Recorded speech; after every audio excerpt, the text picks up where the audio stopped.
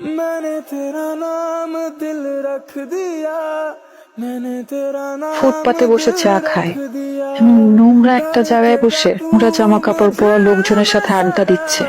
তোমার হাজবেন্ড এমন করে, কিভাবে সহ্য করবো এগুলো আমি? শান্ত, তোমার সাথে একটু কথা আছে, দিকে আসবে? তুমি কি আজকাল ফুটপাতের মতো নোংরা জায়গাতে বসে আড্ডা দেওয়া শুরু করেছো? আজকাল না তো, তো বহু আগে থেকেই, ভুল যাওয়ার পর থেকেই। একটা কাজ করুন, আজকে আমাদের বেডরুমে যাওয়ার আগে বাইরের ওই ওয়াশরুমটাতে গিয়ে এই কাপড় চোপড় গুলো ছাড়বে, ভালো করে একটা শাওয়ার নেবে, তারপরে এসো। ওকে। সত্যি কথা বলতে তোমার এইসব জিনিস না আমার সহ্য হচ্ছে না। আমি বেটার ওই পাশের বেডরুমে ঘুমাবো আজকে থেকে। আরে ওই বেডের বিছানা তো শক্ত, ওখানে আমি ঘুমাবো না, তুমি তোমার রুমে ঘুমায়। একটা পার্টিতে যাচ্ছি, ফিরতে দেরি হবে। থ্যাংক ইউ সো মাচ, আপনি আপনার সুন্দর পার্টিতে আমাকে ইনভাইট করেছেন। I am really glad. আপনার সাহেবকে দেখছিলেন? দেশের বাইরে গেছে আর কি। ও নো।